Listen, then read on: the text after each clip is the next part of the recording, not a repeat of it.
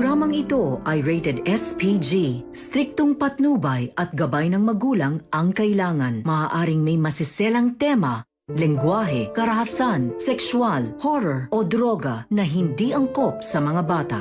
Ito na kaya ang magiging katapusan ng lahat para kay Doc Carlos?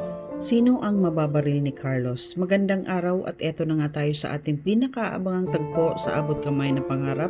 Welcome to my channel. Please don't forget to like, comment, and click the bell button para lagi kayong updated sa aking mga videos. Samantala, huli na nang malaman ni Carlos na natakasan na siya ni Harry at Lynette. Kaya sobra niya itong ikinagalit at dali-dali siyang lumabas ng bahay para hanapin ang dalawa. Tiyempo naman na bumalik ang tricycle driver at naitanong ni Carlos kung nakita niya ang mga ito. Sinabi ng lalaki kung saan niya ito inihatid kaya agad niya itong sinundan ang dalawa sa hospital para mabawi niya si Lynette kay Harry. Samantala, dahil naman sa pag-aalala ni Robert kay Annalyn ay sinundan niya ito nang sabihin sa kanya ni Regan ang lugar na kinaroroonan nila. At habang nagmamadaling nagmamaneho si Robert, tumawag naman si Giselle sa kanya para sabihin na may tumawag sa Apex at sinabing nasa Mater Angeli Hospital si Lynette sa San Simon.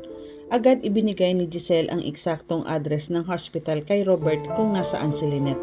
Kaya lalo niyang binilisan ang pagmamaneho niya para maabutan niya ito. At habang nagmamaneho si Robert, nasabi niya sa sarili niya na parating na ako Lynette, ililigtas kita. Pagkatapos naman tawagan ni Giselle si Robert, sunod niyang tinawagan si Annalyn para sabihin na nakita na ang nanay niya sa isang hospital sa San Simon. Hindi naman makapaniwala si Annalyn sa sinabi ng tita Giselle niya at sobrang natuwa siya at naiyak si Annalyn dahil nakaligtas ang nanay Lynette niya kay Carlos. Sinabi din ni Giselle na papunta na din ang tatay Robert niya at susunod na lang din siya sa hospital. At saka ibinaba niya ang tawag. Agad naman sinabihan ni Annalyn si Doc Lindon na kailangan na nating magmadali ngayon dahil nakita na si nanay sa isang hospital sa San Simon, kaya nagmadali na silang umalis.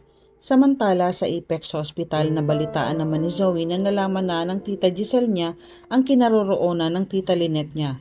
Kaya naitanong niya kay Doc Joanne kung may balita din ba kay Doc Carlos at kung nakita ni din nila ito. Sabi naman ni Doc Joanne na wala naman nabanggit sa tawag pero sana kung nasaan man siya ngayon, sana ay mahuli na din siya at pagbayaran niya ang mga kasalanan na ginawa niya sa nanay ni Doc Annalyn. Hindi naman nakakibo si Zoe dahil nag-aalala pa din siya para kay Carlos dahil alam niya na pwede din itong makulong sa mga ginawa niya. Hindi niya alam ang gagawin kung papaano niya din ito matutulungan dahil nakaramdam siya ng pagkaawa para kay Carlos kung sakaling makukulong din ito tulad ng Mami Moira niya. Ikinalungkot naman ito ni Zoe dahil parehong magulang niya ay mga kriminal. Ipinagtaka naman ni Doc Joanne kung bakit si Doc Carlos agad ang tinanong ni Zoe at hindi ang tita Lynette niya. At umalis naman agad si Zoe pagkatapos niyang tanungin si Doc Joanne. Samantala, agad naman nakarating si Carlos sa hospital at galit na galit itong bumaba ng sasakyan niya at agad dumiretso sa loob ng hospital at nagtanong sa information kung may dinalang pasyenteng babae dito. Ipinakita niya ang litrato ni Lynette. Sinabihan naman ng nurse si Carlos na nasa emergency room ito at nagpapahinga. Sa kabilang banda naman, nagpaalam muna si Harry kay Lynette para alamin sa nurse kung natawagan niya na ba ang Apex Hospital dahil nakilala ng nurse si Lynette na siya yung nanay ng batang genius na doktor na taga-Apex na si Annalyn.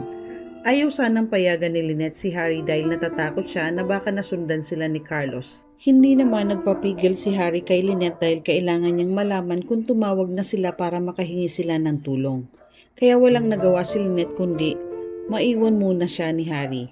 Sa baba, habang kausap naman ni Harry ang nurse, nakita niya si Carlos na habang kausap nito ang nurse sa information. Kaya agad siyang tumakbo pabalik kay Lynette. Agad niyang sinabi kay Lynette na bilisan mo tita Lynette, kailangan natin makaalis dito dahil nasundan tayo ni Dad. Papunta na siya dito. Kaya nagmadali din si Lynette na bumangon kahit na nanghihina pa siya, pinilit niyang tumayo para matakasan nila si Carlos. Sa likod sila dumaan para hindi sila makita nito.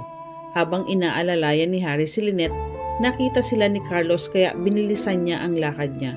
Sinabihan naman ni Harry ang tita Lynette niya na tumakas na siya para makahingi ng tulong at siya na ang bahala sa dad niya na pigilan ito.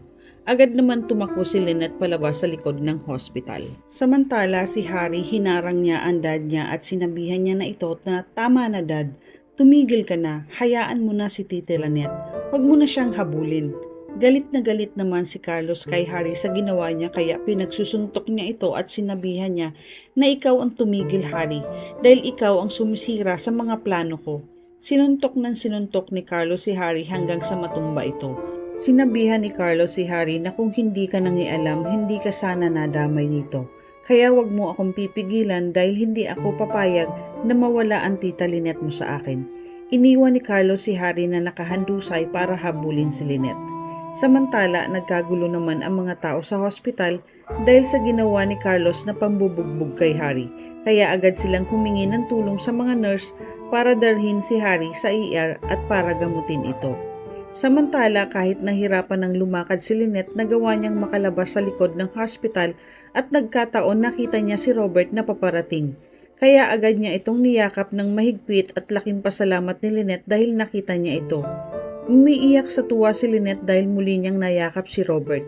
Habang si Robert naman ay niyakap niya ng mahigpit si Lynette at sinabihan niya na ito na ligtas ka na dahil naandito na ako Lynette. Samantala, nakarating na din sina Annalyn at Giselle sa Mater Angeli Hospital at agad nilang hinanap si Harry. Naabutan nila itong ginagamot sa ER dahil sa ginawa sa kanya ni Carlos. Kinamusta naman ni Annalyn si Harry. Sabi ni Harry na okay lang siya. Maya-maya, naiiyak na humingi ng tawag si Harry kay Annalyn sa lahat ng kasalanang nagawa ng daddy niya sa nanay Lynette niya, lalong-lalo na sa tita Irene niya, dahil alam niya na ang katotohanan na ang daddy Carlos niya ang totoong pumatay kay Irene. Ikinagulat ni Annalyn at Giselle ang sinabi ni Harry.